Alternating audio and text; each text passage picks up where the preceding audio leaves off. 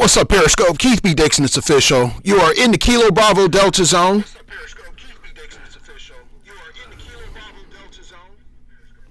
How you guys doing tonight? I bet you're waiting on that game, right? Waiting on the game to come on. Well, I'm not going to hold you long. Not too long, at least. But we got to take care of a little business, you guys. Welcome. This is the 7:05 broadcast, Pacific Standard Time. Tonight we're going to be talking about corporate event photography, and I'm going to share some more tips. This time we're going to talk about shooting candids and how you can get a little bit creative with the shots, and we're going to talk about shooting with an intention, with a thought in mind about how you're going to design that image or how that image could be used in the design. So get ready, you guys, because it's going to be get your notepad out. That's probably a better way of saying it. Get your notepad out and take some notes. Do some screenshots, whatever it takes to get the job done. I'm gonna drop some knowledge tonight. Let me see who's in the scope. If you see me looking over to the left or right, I'm just looking at the screen. I'm doing a dual broadcast tonight as well. So I'm on YouTube tonight. So if your Facebook or not your Facebook, if your Periscope is not doing what it's supposed to do, just jump on over to YouTube. Real easy. Let me see names and locations, you guys. Names and locations, and then we're going to get into this right away. Names and locations. Let's go. Captain Antoinette from North Carolina. There she is. Mike's wife. Gary from Detroit. Gary North. What's up? LaFaithia all the way from North Carolina. Deb Davis from the D. What up, Doe? T. Say what up, Doe? Sonia from New Jersey. I love when New Jersey comes into the school. Just the East Coast, the Midwest. It just feels like home. The South, I feel like I'm at home already. I am at home. What's up, Cheryl? I got your message. I'm going to definitely hit you up probably in the morning. The businessman. There he is. Captain Joe. What's up? How you guys doing tonight? Get ready because it's about to go down, you guys. Let's do this. There's our Exposure 101 account. Make sure you're following us on Periscope as well. I'm going to scope out of that account one day. I promise you this. Okay. So let's get started. You guys know that I have what's called the 90 PT program, and it's designed with the new photographer in mind, someone who's struggling with maybe just getting it done on a business level. Maybe you don't have really sharp marketing or really sharp sales ability. You just need that extra push. The 90 PT is going to be for you. It's cost effective and it covers a wide range of disciplines that you need in photography. The difference is I really teach it from a mindset approach. So if you do the assignments, if you do the task, you can definitely get some work out of it and get some work in on being productive with your business. I'm just saying. Right. It works. So we cover marketing, sales, business. We talk about social media. 2018 is a big social media push for me. I'm going to be talking about it a lot as it relates to photographers because it's a little different for us because, we want people to see our work and engage it and hire us and do all the kind of stuff that we do. So social media is a big tool for creatives. I'm talking about lighting. And last month we talked about, or the month before last, we didn't do May because of exposure, but before that we talked about lighting in the inverse square. So it's $290. You pay that up front, and every third Saturday I do a live webinar. So if you missed the webinar, it's at 9 a.m. You can just basically watch the videos. That's it. Whenever you want to. But if you want to get the live action, you got to wake up at 9 o'clock on a Saturday if you're on the West Coast. And if you're on the East Coast, then obviously the time difference, Midwest, that time difference is going to be the difference. So there it is right there. All right. Now you guys know, and you heard me talk about this yesterday, we have the Exposure 101 t-shirts. And we're going to be closing these out pretty soon. The red ones are the popular t-shirts, and then we're going to come out with some new ones, maybe some hoodies, and some other styles and designs and sayings that we typically do. So We'll definitely be providing those. And so I want you guys to know, you can go to the Exposure 101 Detroit site, and all you got to do is click on the link. You'll see t-shirts, and you can order up there. The money goes to the conference. The money goes to the conference. So you guys are doing your part on that. Now, here's the last thing, and we're going to dive into this. Don't worry. The red is dope. Matter of fact, I showed it to some non-photographer types. They were like, "Oh, I'd buy that T-shirt all day." They just like the design of it. So props to Sean Lee for the design. You guys know I have a podcast I'm going to be uploading. If you haven't heard Terrell Lloyd's interview, check it out.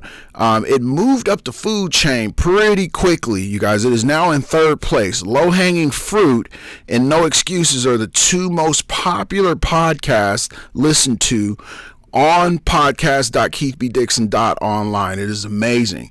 But the Terrell Lloyd interview definitely moved up the food chain pretty quick. And if you can't make the scopes, hit the podcast. Let's go.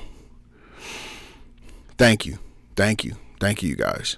So there it is. All right, let's dive into what you guys came here for. Now look, I'm gonna hit you over the head with this information. Don't call me the hitman for nothing. So get ready. We're talking about photography, news, and events. And I want to take you to my F Stop It Now page. And you guys know I do a digital daily, and basically what I do is I go through and I curate stories that are pretty relevant to what we do, and this is one way, and this is one way to basically pull in a lot of information into one point, so you don't have to go to like a million different sites and have all these bookmarks. So that's what the daily is. You can also subscribe to this, and here's what I want to show you. This is a real interesting article right here, a real interesting post, or it's an article. We'll call it an article. 7 tricks that are hidden in plain sight for Photoshop. And I thought this was pretty cool. And the one that I thought that was actually pretty cool was the tab information, because I see it when I'm using Photoshop, but I've never really paid attention to it. But if you dive into this, it has some very pertinent information. And this is what I thought was really interesting. There's an asterisk on the end, and if you see that asterisk, then your file's not saved. And that's what I thought when I dug through this. I was thinking, you know what, that's good to know, because I'd hate to do all that work and not know that my file or the changes I made weren't saved. And then it talks about managing presets, basically resetting tools and all that kind of good stuff. So that's one article that you can definitely take a look at. And then I'm just going to zoom through here. And as I was scrolling down, I like the New York Times, because New York Times has a lot of great photos, and they've curated a lot of great photos. I saw this image right here that Irvin Penn created, and I looked at it, and the first thing I thought was, he's got a split light on the face. Now, I'm not sure. I tried to research who the person was in the chair. He kind of reminds me of Salvador Dali in a way. But the guy, I don't know about you guys, but he has kind of like a schizophrenic, crazy kind of look. And Irving Penn put that split light on him to accent that. I mean, if you really look at that photo, you can see there's a line going right down the middle of his face. That's called a split light. So the light is literally parallel to the subject, and he's probably got just enough fill to bring in the texture. And it gives him that look of two personalities. Or you see that? Yeah, it's insane. Amber, you see how lighting can really play to a situation, and that's how you use lighting. Yes, it's showing his dark and his light side, and I saw that, and it caught my attention right away. What's up, Steve? Isn't that interesting when you think about it? When you craft your lighting, you want to craft it in a way that accents or promotes that person's character. So I wanted you guys to see that. Go to F-Stop It Now and just scroll down to photos, and you'll be able to see. There's some great photos in here. I usually spend the most time looking at those. And then there's some other articles What do you hope to achieve with social media? Obviously, I'm going to have social media. 5 questions you should ask yourself before posting. So a lot of this stuff is really good information. Now, how many of you guys, let me stop and take a poll right now. How many of you guys are actually going to Nashville for Imaging USA? Professional Photographers of America, Imaging USA. How many of you guys are actually going?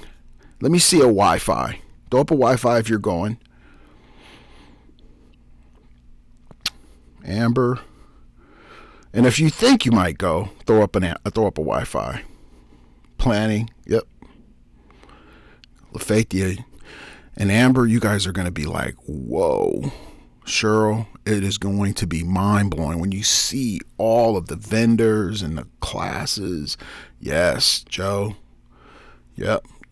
Hey, and you got to wear some cowboy boots for sure. And it's usually kind of cold sometimes. So, okay.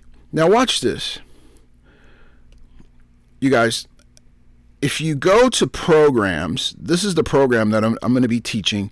It starts at 10 a.m. to 11:30. It's a 90-minute program, and it's called Explode Your Photography Business Using 5 Simple Social Media Strategies. You guys, and here's the description. Now look, that description sounds pretty technical, but I'm going to drill it down for you. And it's going to be fascinating, guaranteed. You're going to walk away with some hardcore tools that you can implement. And I'm going to work a little bit on the mindset. I'm going to show you some statistics and tell you why social media is going to be important for your business. All of that right on the platform, all for the price of admission. Can't beat it. All right, you guys. Is that free, full of value? Did you see that tweet did you see that? Right? Van, did you see we were just talking about copyright protection and look what happened. And they just blatantly did it. Like, okay, hey, we'll take our chances in court. Matter of fact, they're probably thinking to themselves, yeah, we got to break them off 20-30%, but we going to make 200-300%. It don't even matter. We just going to use it. We ain't got time to ask. Just blatant. This photographer might not even see it or recognize it. We don't. Matter of fact, I'm going to say that even deeper than that. I'm going to go deeper than that. You know what? Let's bring some controversy to our label, because you know what? We're going to generate sales from the t-shirt, number one, which is going to generate money. And not only are we going to generate money from the t-shirt, it's going to drive other sales, because they're going to come in for the t-shirt and buy other stuff. We're going to make a ton of money. You know what? We'll just break them off some money in the law. We'll just settle out of court. Companies think like that. I'm not kidding you. My dad said, I hope someone's, you know what? I hope somebody steals mine. Look, register your photos, you guys, with the Copyright Office. It costs $50. I tweeted out a Periscope. There's a lawyer that was on Periscope talking about copyright. That's where I originally heard about it. I didn't see this article, but I was watching some Periscopes this morning, and this lawyer got on and she was talking about it on Periscope. So that's where it came from. And I tweeted out her Periscope. Check it out. All right. Is this free, full of value, you guys? Is this free, full of value? Are you guys excited? Come on, quit playing. Throw in a Wi-Fi for me if this is free, full of value. Let's go. I bet you don't hear any echo. Yep.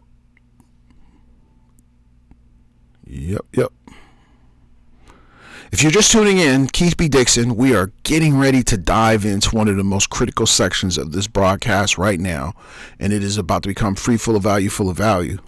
You guys, let's go. Okay. So last night we talked about vertical images and how you can use them. When I shoot vertical images for a client, and what I mean by shoot is when I photograph, we use shoot for slang. When I photograph vertical images for clients, I generally like to do it while the subject is in motion. As you can see right here in the photograph, the subject is walking. They've got good arm movement. There's energy, the composition, the background, the exposure. That's generally how I shoot that. And I showed you guys a similar photo like this last night. Well, you know what? When you're shooting a corporate event, you're not going to always be shooting the main stage. You could be covering the breakfast, the lunch, an entertainment event. It's encompassing. So you're there from typically 7 in the morning to about 11 at night. That's a typical day.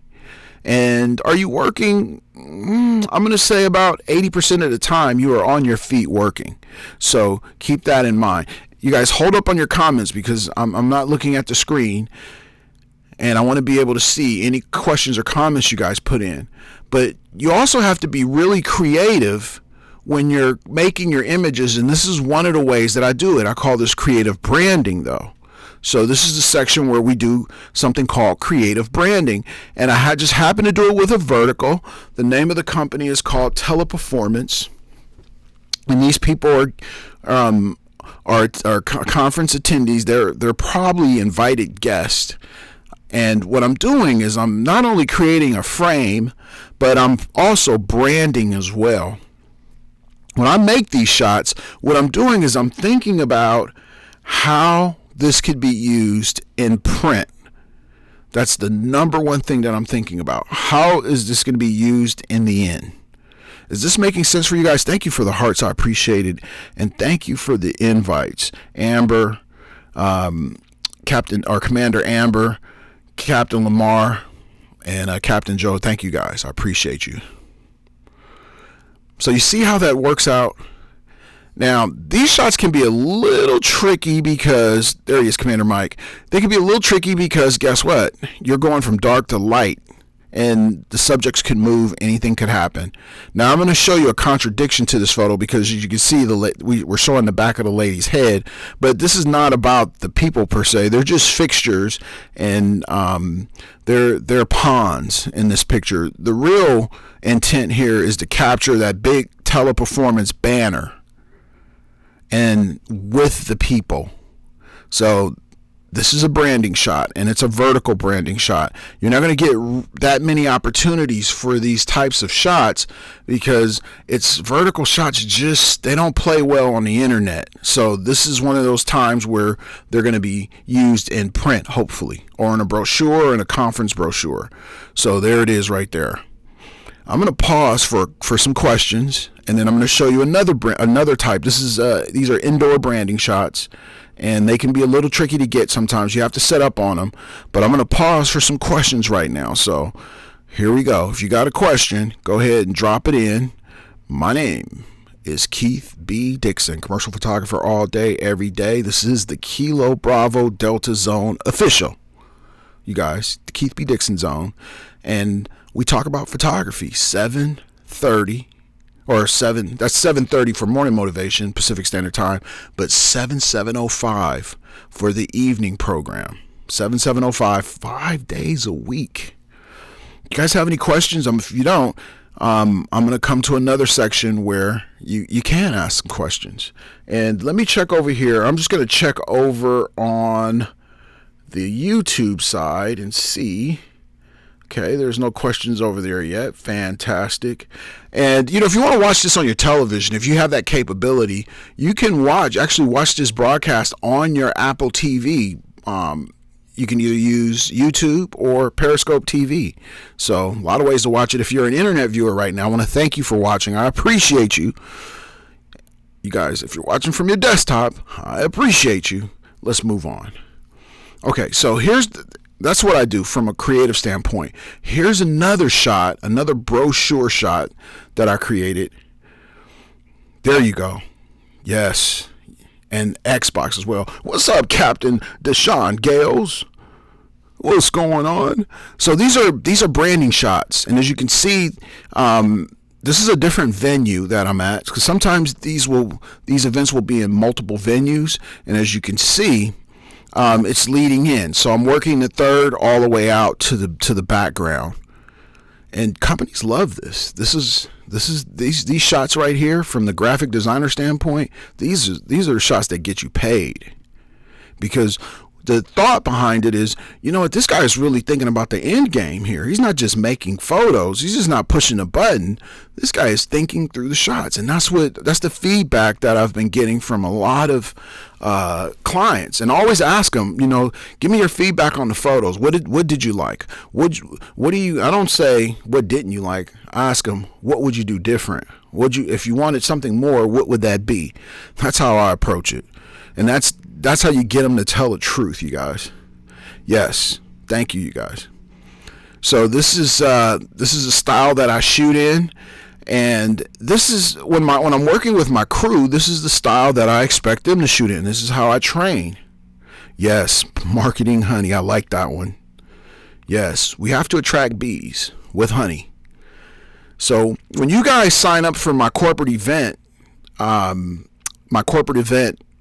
workshop in Detroit, we're going to talk about how to make these shots.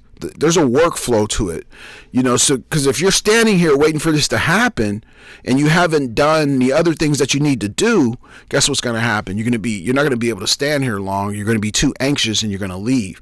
You have to wait for these shots to develop. So these are shots that you have to wait for. They've got to develop. They've got to be clean. You've got to be seeing them. You've got to be alert and focused to make that happen. Now, one-day workshop, unless, now it could be a 2-day workshop where we go out and do some shooting. But I'm going to say a 1-day workshop just so people can get in and get out. And if I'm busy, I won't be tied up. So it could be 2, but I'm going to say it's a 1-day, 8-hour workshop. Are you guys thinking maybe it's 2 days?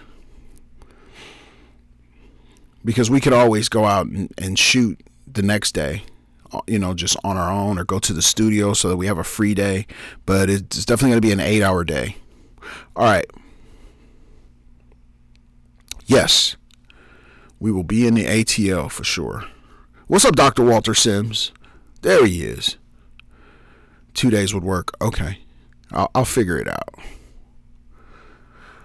Okay, here we go.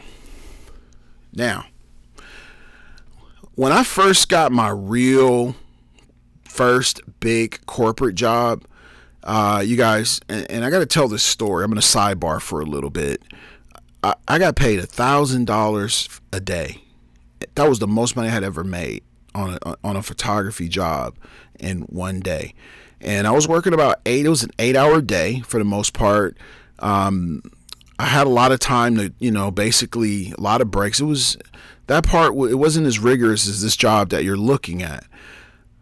I was ecstatic, but I was also very nervous because they had an unbelievable shot list with examples, pictures, right? And I could remember getting a picture similar to this one right here. And it's in the language that I have in there, avoid backs of heads. That's exactly what it said. Avoid backs of heads. We don't want those shots. I was nervous because the person that I was reporting to was a graphic designer. And I got to tell you, those are tough people to work for because they know exactly what they're looking for and they're very specific. They're looking for shots that they can put in their layouts. And if you can't shoot those, they're not going to be so happy about you. So, if you're working on my crew and you shoot a shot like this, I don't care how good it is, how good their expression is, I'm going to delete it because we can't use it. That other person is not totally identifiable. How do I even learn about photography? There's a lot of ways. You can DM me afterwards or just, follow these scopes and go to my YouTube channel. Just hang in here and just and glue your ear to the speakers. That's going to be the start for right now. So avoid the backs of the heads, you guys, if all possible. Yes, there we go. Thank you for helping them out. Avoid backs of heads. It's not a good look. Each face needs to be identifiable. What if that was the CEO of the company, or maybe it was somebody very important and we can't even see him? So I want you guys to remember that. Better would be a photo like this. Now, this is marginal, but at least we can see who it is, sort of.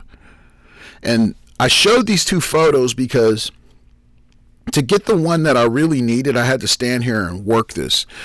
Now, I do what's called a horseshoe when I'm working an area. I call it a horseshoe, literally. And what I do is I start from one end of the horseshoe and I work my way all the way around very slowly. So if you look at a horseshoe, it has little like oval grooves in it, like holes, right? So if you imagine there's 5 holes in the horseshoe, right? Well, I'm moving to 5 positions around the room. And I'm working each position, and I just keep going back and forth for the time. My goal is to shoot 60 usable images an hour or more. 60 usable images. That's like an image a minute, because 60 minutes in an hour, 60 usable images. So that's the goal. You might have to shoot 80 to get it when you're first starting out. You might have to shoot 100. And I don't mix, you guys. So I'm not shooting people and then I'm going to detail and then I'm going to candids, because then you get confused. And then your imagery, when you go to edit, is all over the place. So when I line up on my horseshoe, the first thing that I do is I said, okay, I'm going to work candids, open faces. And this is what I call this, you guys. Shoot open-faced shots. You see that? See this shot right here versus this one right here, where we're seeing the backs of the guy's head? This is not open face. We can't see all the faces. The faces aren't open to the camera. But when we go to this shot, and this is marginal, it's open. Now, you see this guy coming out the back of his neck? I usually wait for my backgrounds to clear. This guy over here, he's okay, but I don't want head over heads, heads coming out of heads. I don't want that kind of stuff either. But I shot this because I wanted to make a live example for you guys. And as you can see, the exposure is pretty spot on. And as you move around the room, the exposure can change in the background because you could have a big window with light blaring through. You got to be prepared for that. Yes, merging. Yes. Does that make sense for you guys? Is this making sense? Put in 4.5 if this is making good sense to you. 4.5. At least a profile. Absolutely, Mike. 4.5 if this is making good sense.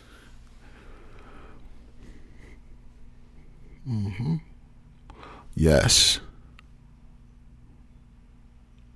All right. Now, I'm going to pause for questions, you guys. I'm going to pause for questions. Get your questions ready. No question is a crazy question unless it doesn't relate. If the attendees at the conference aren't employees, does the company have to worry about releases? That's a great question. If you're an attendee, if love event photography, if you're an attendee, you're probably signing. When you register, there's a clause in there that says you're going to be photographed. If you're a non-attendee and you're there, there's this expectation that you will be photographed or videotaped. So it's called fair usage. Now, here's where it gets a little tricky. Although they register and they agree to it, if someone comes up to you and says, "Do not photograph me," don't photograph them. There was an executive there who did not want to be photographed, and she was very rude to me. She was checking in. They wanted some shots of people checking in at the resort. She was really rude. "Don't take my picture." I was like, "Okay, I'm sorry. My apologies. Duly noted." And it was embarrassing, you guys. That's why I don't know how people do paparazzi work. It was I was embarrassed. She said it kind of loud, and then later, when she saw who I was, when she finally put it together, she came up to me. She says, "I'm very sorry. Let me apologize to you. I am so sorry. I don't want to be photographed though, but I was really rude to you." And she apologized, and I was like, "Not a problem." It was a problem, but I told her it wasn't. So that kind of stuff happens. You'll get one in the bunch, and you know what? You just got to take it with a grain of salt. And when they're rude, just, "Okay, my apologies. I'll be sure to miss you." But yeah, she did. And I'm not going to say who she was. She was a high-powered executive. And I think a lot of it had to do with just her. She was just arriving, and when you do conference photos, they do arrivals, and sometimes people are cranky and irritable because they've been flying all day and all that kind of stuff. So it did kind of hurt my feelings, I'll be honest with you, because she was kind of rude, but I was like, whatever, keep it moving, go to the next one. So any other questions? Lamar, does that help with your question? Does that help with your question? Before you shoot, do you request a shot list or do you create your own, or both? Now, usually when you're working at this level, they're always going to give you a detailed shot list, especially for the money that they're paying you. Now, my rate typically ranges from $1,000 to $2,000 a day. So they're going to make sure that I'm putting in work. That's just the way it is. So typically I will get a shot list, and that list will be pretty long. But to be honest with you, it's stuff that I already do. So unless they want to do what I call a live upload, and I charge extra for that. And when you're bidding out the job, those are questions you have to ask. Are you going to require some live uploads? And most people know what that means. They're going to say, yes, we need to update our blog. They need to be web resolution, yada, yada, yada. You got to know how to do that. That's a deal killer. That will break you down faster than anything. Those are the hardest things to do, because if you're working by yourself, you have to leave the floor, and your gear is probably in the production room unattended for the most part. So you're worried about that. There's a lot of factors that are going down. You got your $3,000 MacBook Pro sitting out on the table, and somebody could just walk in there, grab it, and walk out. But I got security cables, so but those are the stresses that come with that. I'm being extra a little bit, but you have to be really clear with, when you're doing corporate event photography, very specific about everything that you do, because it's hard to go back and charge them later once you write that proposal. And I call it a proposal, and I avoid contracts in situations like this, you guys, with the plague. I do not write a contract with legalese in it, because if you do that, I'm going to give you a tip. If you write out a contract with all the legal terms in it, they have to then forward that contract to legal, and that could hang things up. Legal is going to come back, and they're going to scratch out all the stuff that doesn't benefit them.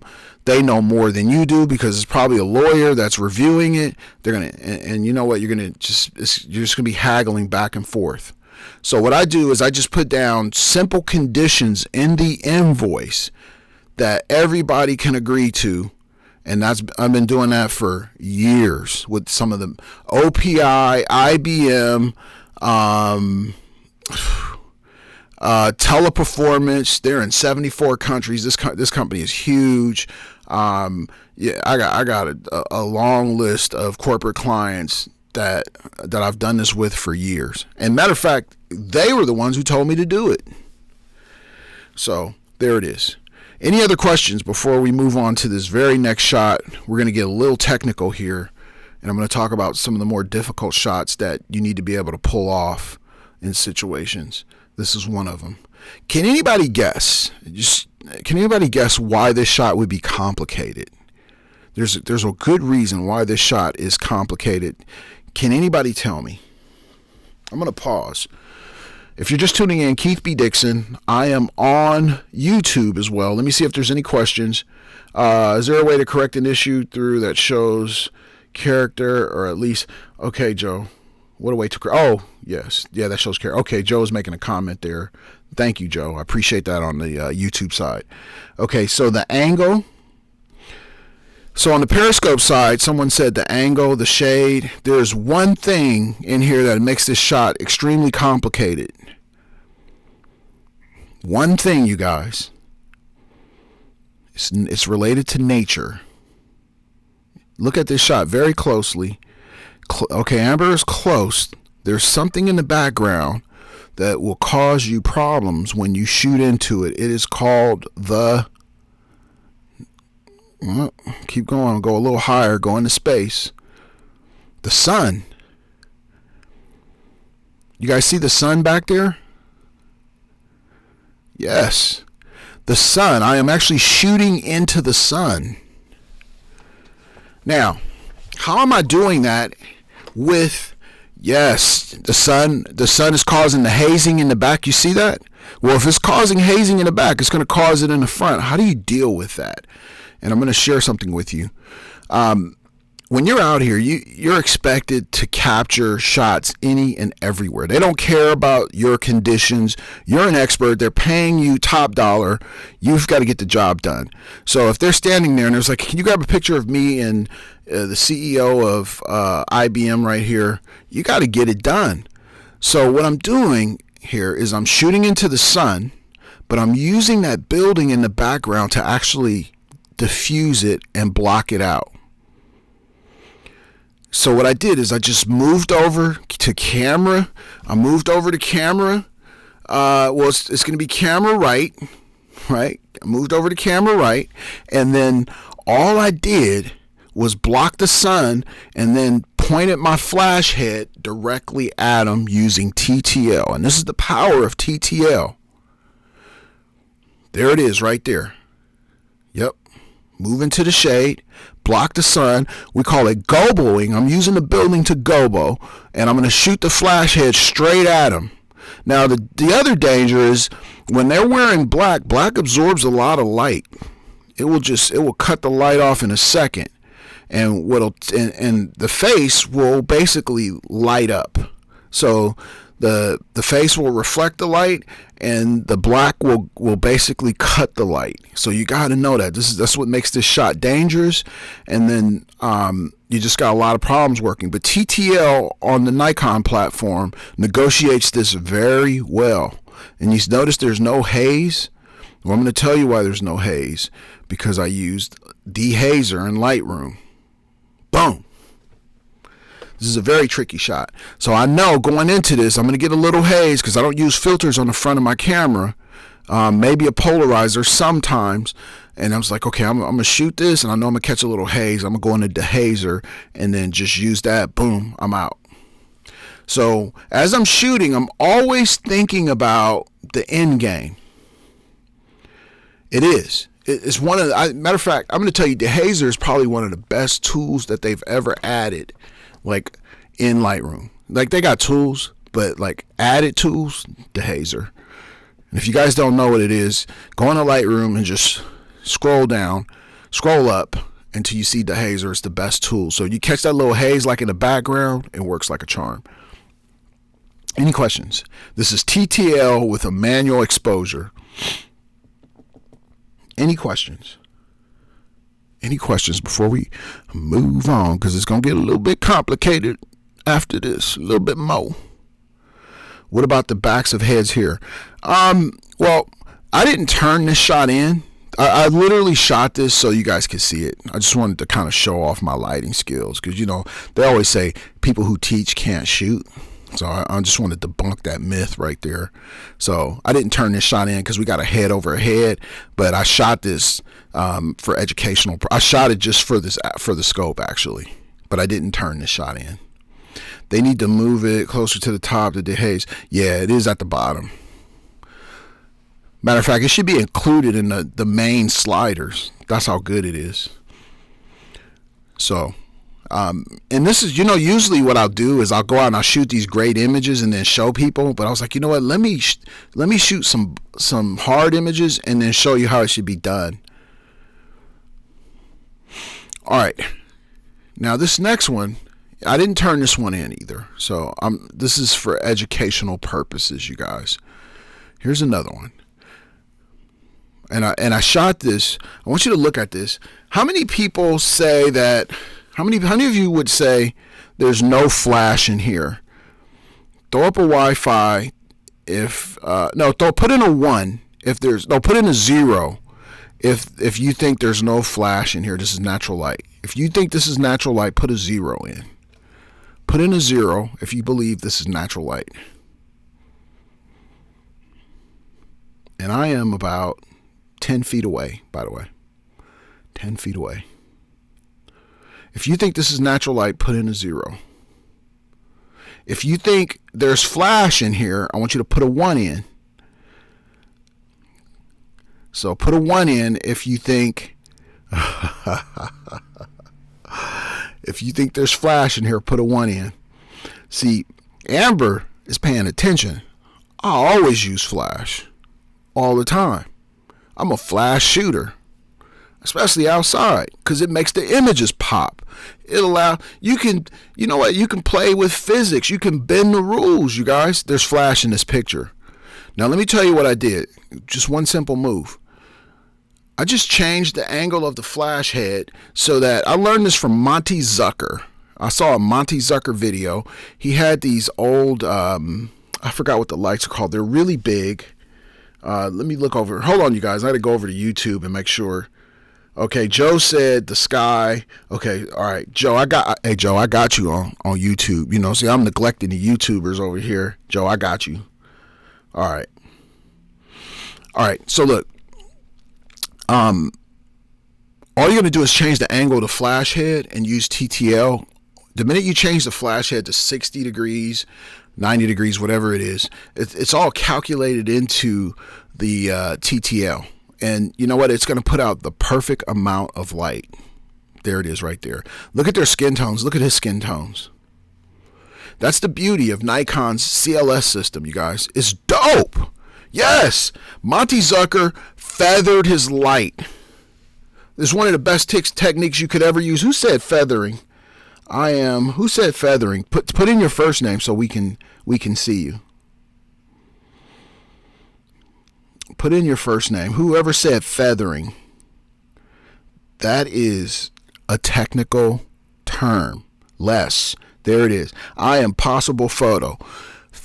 I am feathering my flash. I just want to catch just enough spill that it's going to light them up. Light is crispy, and that's why I use it outside. Doesn't matter what time of day it is. I'm just going to pop in enough to keep that skin crispy, because if I would have shot this natural light, it wouldn't have had the same amount of pop. And that's what makes people go, wow. Like, ooh, that's so clean, especially when it's sharp, you guys. Now, I got to share the sad story with you guys. I have the lens, it's older, 28-70, and the focus broke. So I sent it in for service, and it's going to cost more than the lens is worth to fix it. I'm sad.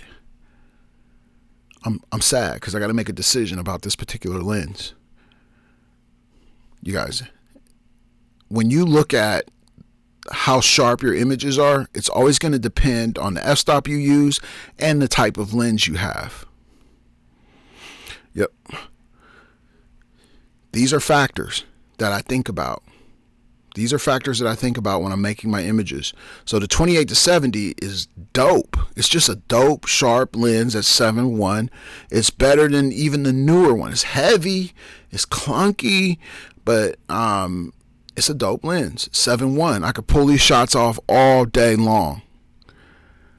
If you know that about your lens, you know that about your camera bodies, you know that about what you're trying to do, you're always gonna make good images. I know a guy who can fix it for a good price. Do you really? No, I'm serious. I'm serious. But so I called my insurance company, and they actually said that I can replace it. I just got to pay the deductible. So I'm not going to really lose. I'm going to lose that lens. But I got to make a decision about it. I just found out today in an email. Yep. Okay, Captain Lamar's got the hooks. We call that the hooks out here. Like, man, you got the hooks. All right. Okay.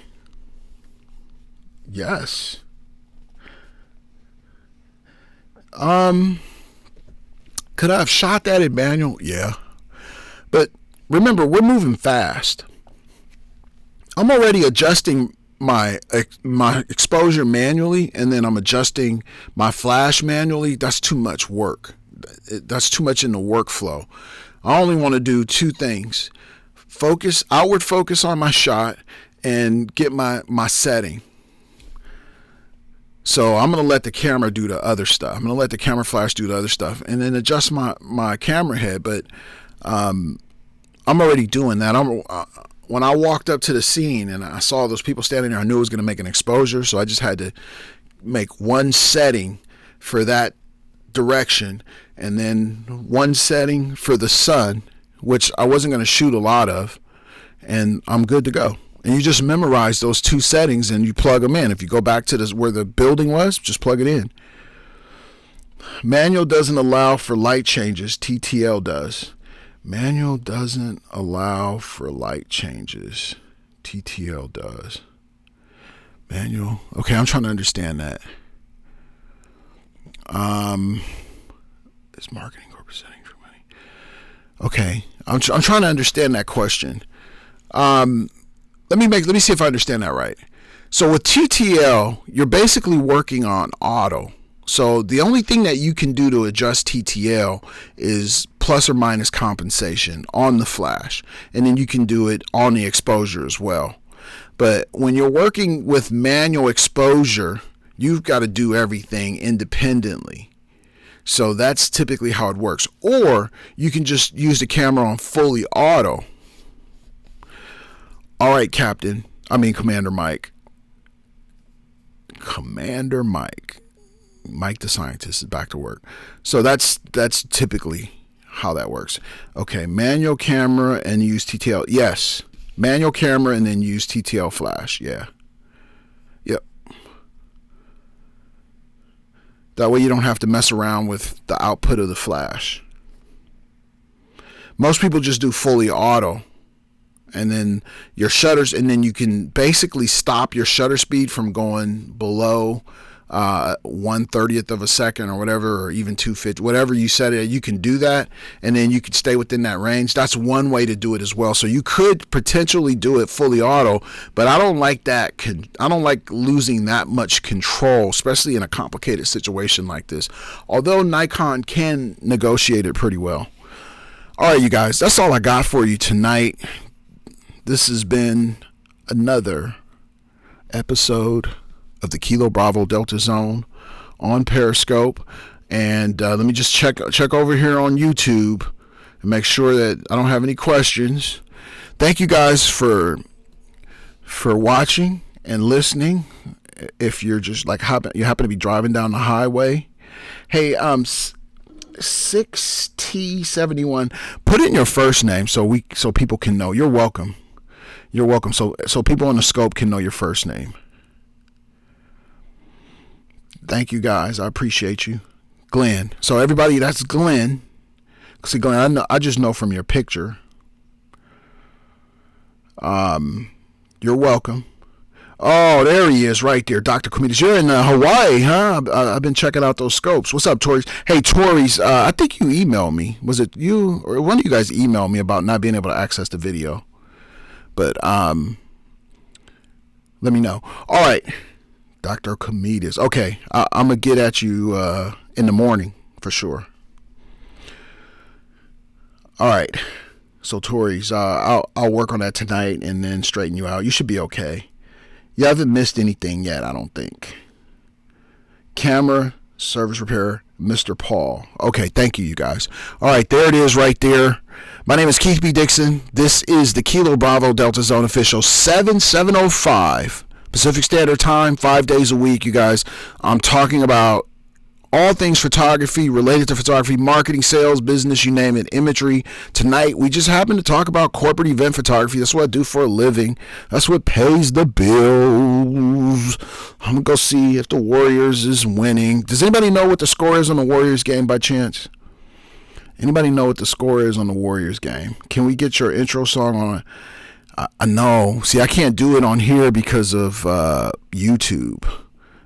Although it's an original, the Cavs are the Warriors. Who's winning? That's close. The Warriors. Okay. Yeah, I can't play music on YouTube. Is really strict about music, so I don't want to get into any issues with that. So I do have an original song, but I don't even want to deal with the hassle of going through whether or not, because they might say, oh, well, who did the song? You got to put the credits in and all that kind of good stuff, yada, yada, yada. So on the podcast, doesn't matter. Use 30 seconds fair usage. Let's go. All right, you guys, thank you so much for listening. Any parting questions before we get out of here? if you have an opportunity, go over to podcast.keithbdixon.online and download. It's free. Like, it's free, you guys. I'm going to be uploading this week. I'm going to be uploading the Matthew Jordan Smith interview. He's talking about education, the importance of it, how to be inspired by education, how to think about your work. You guys, it is an amazing interview. It's something different.